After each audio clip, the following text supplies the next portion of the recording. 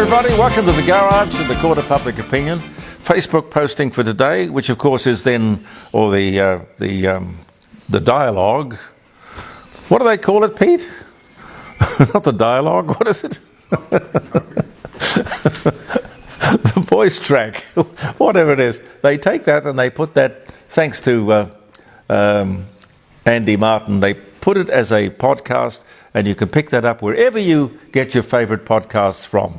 And there must be thousands of podcasts. Everybody seems to be doing a podcast. But I certainly hope that the Jeremy Cordeaux Court of Public Opinion podcast stands out from the rest. We've got to figure out some way, Pete, of making it sort of stand out. Yes, we do. Yes, we do. September 12, another day. The weather is certainly nicer than it's been for the last few days. Interesting, yesterday, Monday, the writs for this referendum were issued, so now that's done. There is no going back. The writs have been published or distributed or whatever they do with them, which means it's a fait accompli. And now it means that it is literally in our hands, our responsibility. And that's good. That's democracy. I was watching kids. Oh, I don't know, they would have been, 15, 16, 17, something like that, on Saturday on the weekend. Really motivated. They were walking the streets. I was parked in Norwood, and they were walking the streets with yes pamphlets, yes T-shirts, all of that. And I thought to myself, how do you motivate kids with this, what I think is rubbish? How do you motivate kids with this when it is so difficult to motivate them in other areas? I asked one young lady on her rounds, dropping these leaflets into letterboxes, even in the no junk mail boxes, I might point out. Maybe they can't read. It's a thought. Anyway, they all went into the boxes, and I said, why do you believe in this yes vote so much that you'd come out on a Saturday morning in your own time like this? And the answer was interesting. She said, oh, I don't believe in it. Somebody just asked me to do it. And I said, why, if you don't believe in it, would you be literally, personally promoting it like this? And she said, I'm not promoting it, I'm just putting leaflets in the letterboxes. God help us. God help us. And then I asked someone else later on in the day, another young lady, they were sort of in 2s and 3s, why are you promoting the yes voice like this, letterbox to letterbox? And she said to me, looked me straight in the eye with a nice big smile, and she said, it's a nice thing to do. I said, it's a nice thing to give your country away? Oh, no, I wouldn't do that, she said. That's not what they told me. I said, who told you? Who told you that? Well, those people who recruited us. They were union people. Oh, okay. They were union people. My friend said it was good.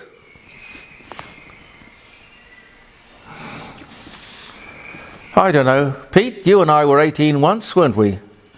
Yeah, hopefully we weren't that stupid, but... I think it is sad. Brainwashing. Oh, people can be manipulated. There's no doubt about that. And young people are idealistic. And long may it be so. But it is the world. This young lady didn't want to give her country away. But she's young and impressionable, and no one told her otherwise. But it's there, clear as day. And tomorrow I will have the... Pete, have we got it right? What's it? It's the... Well, Caroline said the NIAA. I think it's the NAII. The NAII. National Australian Indigenous. Well, I've got it, and I thank the people. It was more than one person too, I might tell you, last Friday while we were doing jeremycordeaux.com, who sent it to me. But the point was, when I tried to print it out, to bring it down to the garage to read it to you, it just wouldn't, I couldn't blow it up big enough, the print big enough for me to be able to read it. So we're doing that, and I'll have that for you tomorrow. But I think it's confronting and it's damning, and I would really love these young ladies that I met up with in Norwood to tell me what they think of these requests, these modest, humble, reasonable requests. I love the way Noel Pearson and other Aboriginal leaders, architects of the Uluru Statement from the Heart, are quoting John Howard. John Howard. Quoting him, I might say, out of context. Maybe they think we're as silly as the little girls in Norwood. Look, John Howard is implacably, vehemently against a yes vote. Best Prime Minister we've had since Menzies, probably. He is against it. Any attempt to suggest otherwise is literally taking us for fools. We had him on a previous post last week. Yes, that's right, you did. You had him on the, attacked him on the end of the show. Absolutely. Is that worthwhile putting up again? I don't know if you've still got it. Yes, I've still got it, yes. I think we should put it up again. At the end of this one. Because I think that man still has great credibility and gravitas with Australian voters. Noel Pearson talks about this vote as a warm, friendly hand that Aboriginals have extended to white Australia. It's very picturesque. He doesn't believe that that hand will be rejected. Well, his picturesque manifestation is not, I don't think how people will receive this referendum. Another way of looking at it would be that the hand that white Australia has held out to black Australia over many, many, many years. And yes, there have been mistakes and wrongdoings and missteps.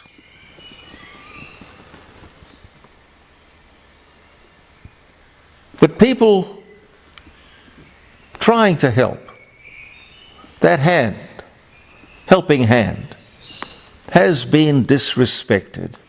And indeed, may I say, even bitten. You know, the old line about, you don't bite the hand that feeds you. Whatever we do, it just hasn't seemed to be enough. I don't know. I hope that the no vote will not be a call on Australia, if it gets up, as I think it will. It will not be a call on Australia to do nothing. Far from it. The truth is we have already done too much, but in the wrong way. We have fueled and enabled a huge, inefficient bureaucracy, which has been a total failure and a terrible, terrible waste of money. It certainly doesn't seem to have been appreciated. And when the dust settles, I want to see us all Australians, as one, have a good look at the domination of this country's political and social life by 3% of the population. The Aboriginal flag is erroneously flown absolutely everywhere. It shouldn't be. On selected, appropriate occasions and places, yes, yes. The welcome to country, the acknowledgements, all of that should be wound back. Absolutely. A broom, a stiff broom, should be put through the ABC. And the educators of this country be told, categorically, 3% of the population should occupy, really, a tiny part of the curriculum. It should not dominate the classroom unless you are plotting some kind of weird revolution, which I don't think we'll let you get away with. And I saw another thing too, involving Noel Pearson. Noel Pearson says he's happy to keep Australia Day on the 26th of January. Noel, I don't really care whether you're happy or not. But I think you see that as some sort of major concession, do you? That you are prepared to keep Australia Day on the 26th of January, which of course has got nothing to do with the 26th of January 1788. This is the day that the Aboriginals think of as Invasion Day or Survival Day or whatever. Nothing to do with it. 26th of January was when we became a nation. 26th of January 1949 was when we became a nation. We had our own passports. Before that, we had to have a British passport. So you're confusing two completely different chapters of history, and I say again, no, I don't care what you're prepared to be happy to put up with. Please don't rearrange our history. Some birthdays before we leave you. September the 12th. I think we have September the 12th. I hope I brought it down.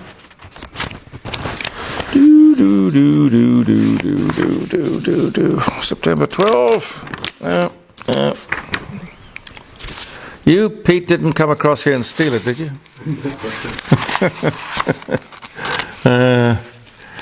I always confront myself with two problems. Either I bring too many pieces of paper down or I bring too few.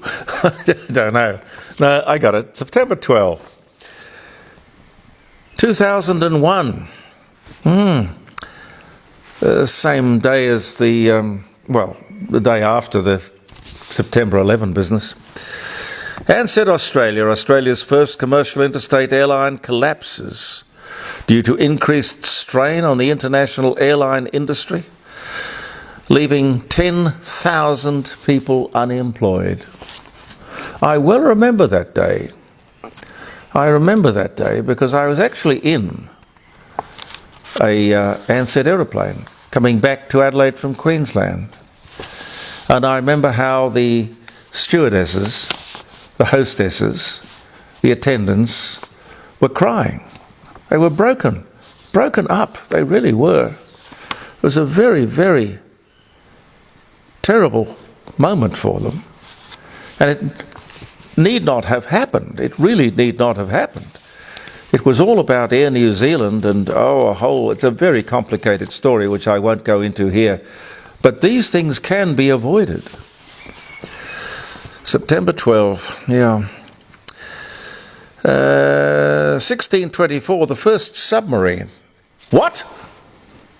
1624? The first submarine publicly tested in London on the Thames for King James I. Good God. Who would have thunk it? 2003, Johnny Cash on this day, the American country singer. I walk the line, Ring of Fire, Boy Named Sue. He dies at 71. Very young to die. I think it was emphysema.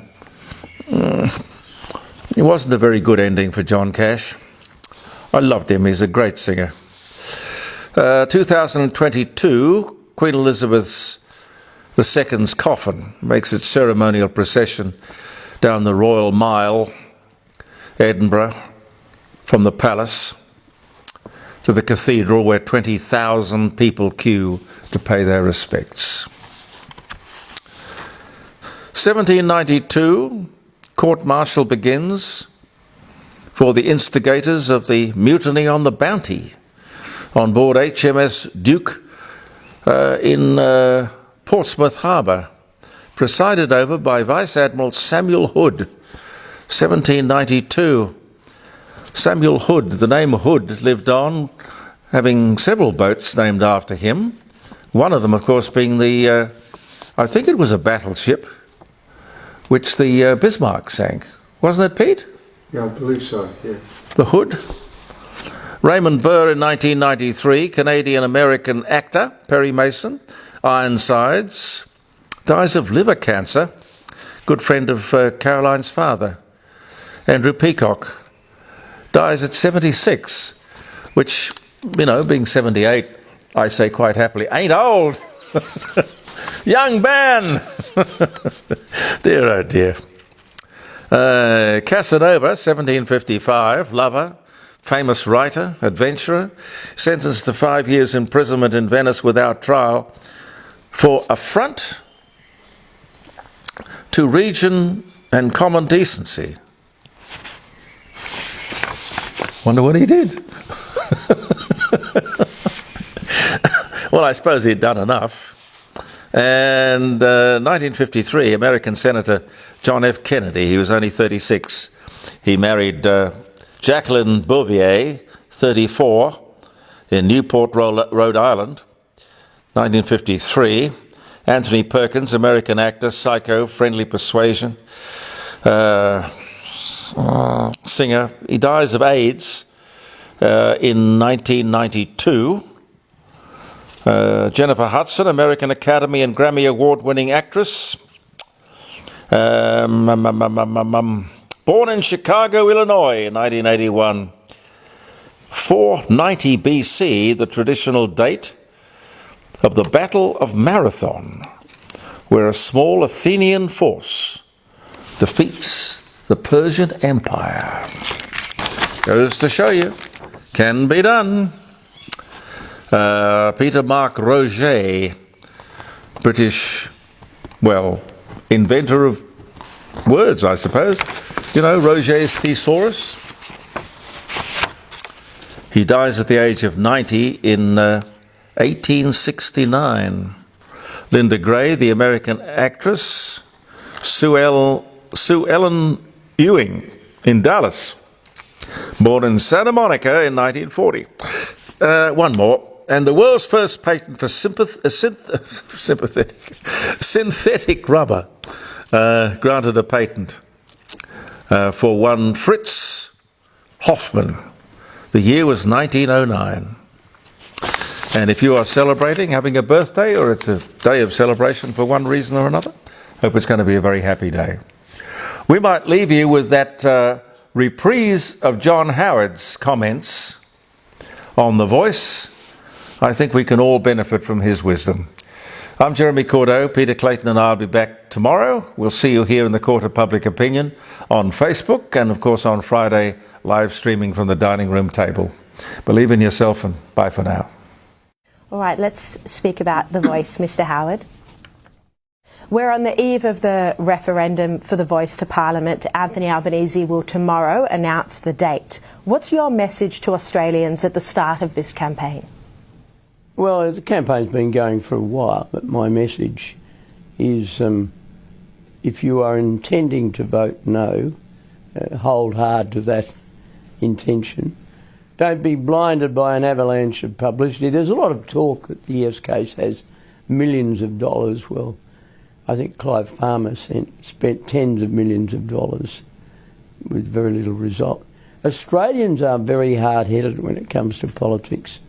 We have what I've always recognised as a deep deposit of Celtic scepticism when we look at the blandishments of political figures of whatever stripe. I think the case for voting yes is very weak. And what I find quite extraordinary is that the Prime Minister and his colleagues are sort of almost boasting about the fact that they haven't explained it. I'm against the Voice proposal for three reasons. The first is that I don't like anything that divides us according to race, and however you slice and dice it, it does do that. It does create a body that will be inevitably composed of Indigenous people, and the electorate for that body will be composed of Indigenous Australians. We don't know how they'll be elected, though. Big pardon? We don't know how they'll be chosen, that body. We don't know how they're going to be elected. Yes. And I've often thought of a speech I heard Bob Hawke make in 1988 when he said the only thing that defined you as an Australian was your commitment to Australia. No matter where you came from, whether you were Anglo-Celtic, you were Italian, Greek, Christian, Jewish, atheist, whatever, didn't matter.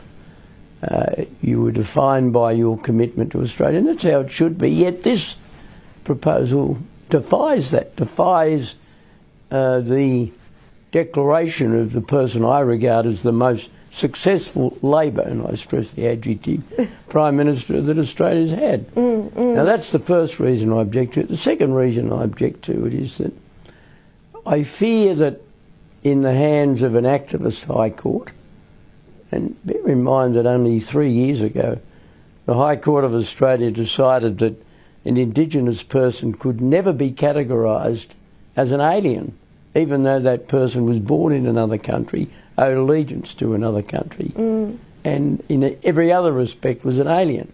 That worries me, and it ought to worry other people who fear for an activist court. And I think the final reason is that whatever the government might say in the next 6 weeks, the truth is that any pronouncement of this body will have a coercive effect on the government of the day.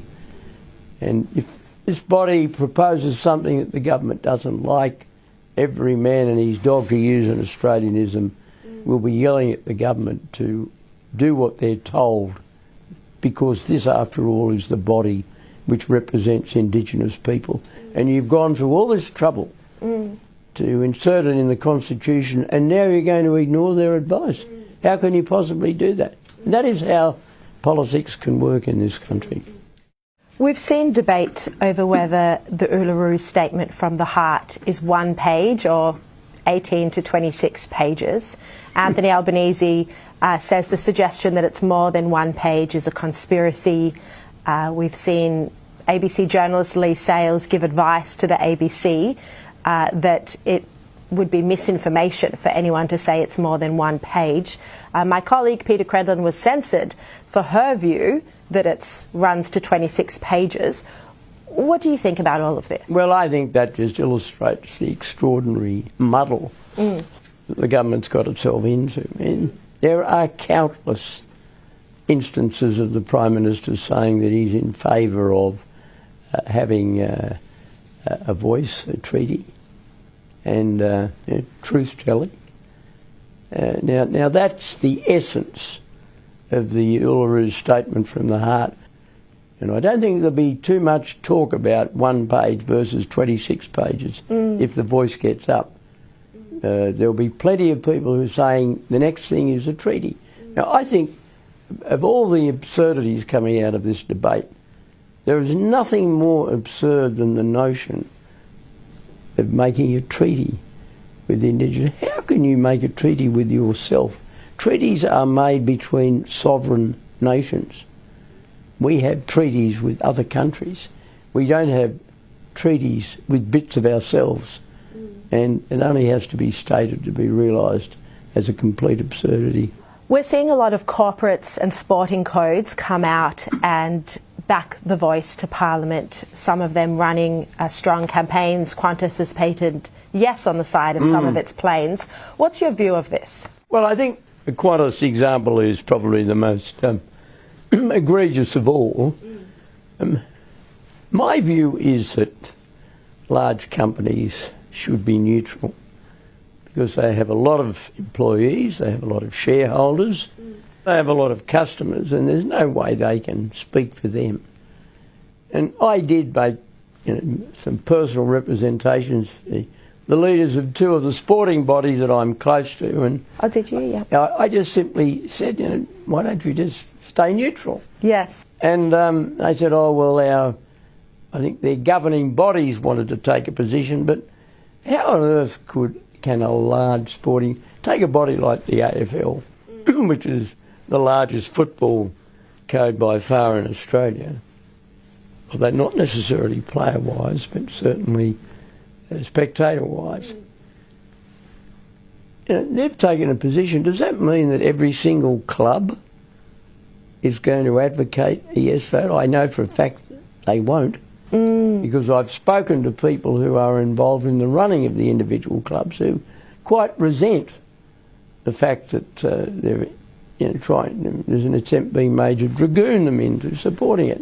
I just think, as a lover of various sports, I just think it'd be a good idea if it's left to the individual. There's no way that a body like the AFL can know what their fans want. There's no way Cricket Australia can know what their fans want, or the NRL or Rugby Australia, and I just think it'd be better if they said nothing. Do you think there's a risk that it would have the opposite effect and I think a lot of people would feel bullied into how to vote? People, Australians do not like being bullied. They do not like receiving condescending advice. We have this, as I said, this scepticism, what are they up to?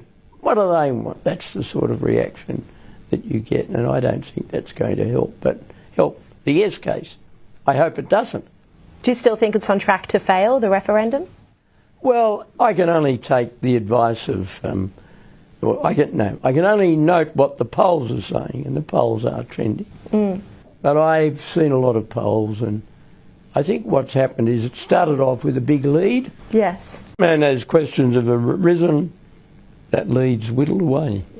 But I would, as somebody who wants it to be defeated, and defeated resoundingly in every state, I would encourage no voters to maintain the rage, if I can draw on a phrase that's well known in Australian politics. We spoke a moment ago about Peter Credlin's Sky News video on Facebook being censored, labelled false and misinformation for her comments about the length of the Uluru Statement from the Heart, which at the very least are contested, at the very least. Are you concerned there's too much censorship of free speech, both in this debate, but also the Albanese government is pushing ahead with proposed misinformation legislation? Well, I think the idea of any government proposing a misinformation bill is absurd. I just think we should say there are three things that maintain democracy in this country, in my view, and if you've got them in a robust state, you don't need anything else. The first thing is that we have a very robust parliamentary system. Got a lot of faults and it cops a lot of criticism, but it's very effective. And secondly, we have an incorruptible judiciary. Nobody says our judges are crook. I mean, we disagree with some of their decisions, and that's our right. But gee, they've got a reputation for integrity. Yes. And the final thing is we have a free press. I mean, we criticise it, and it can be very uncomfortable. I was made very uncomfortable by the free press on many occasions when I was Prime Minister, but that's their job. If you've got those three things, you don't need anything. You don't need a Bill of Rights. You don't need governments saying, well, we're going to define what's disinformation and misinformation. Now, the Foreign Minister Penny Wong criticised you in private remarks last week at a Labor factional dinner. In private remarks? Private remarks that were leaked to the Sydney Morning Herald. Oh. Are you aware of this? She referred to your remarks in the early 1990s during the seminal land land rights case, Mabo.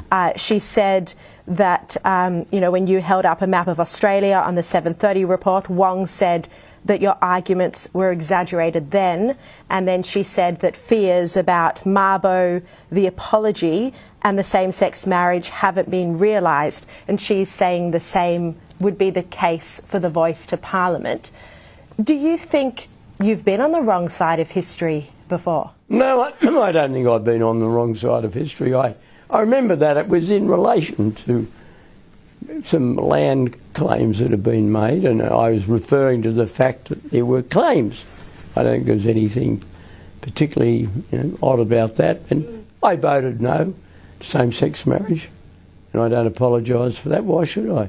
So it was a very imperfect plebiscite because the Labor Party wouldn't support an orthodox one, wouldn't have altered the result. And as far as the apology is concerned, well, I had a reason for not giving the apology. I don't think you can apologise for the misdeeds of other people. You can regret that they happened, and I did that. But if I think apologies should be given by people who are responsible for the things they're apologising for.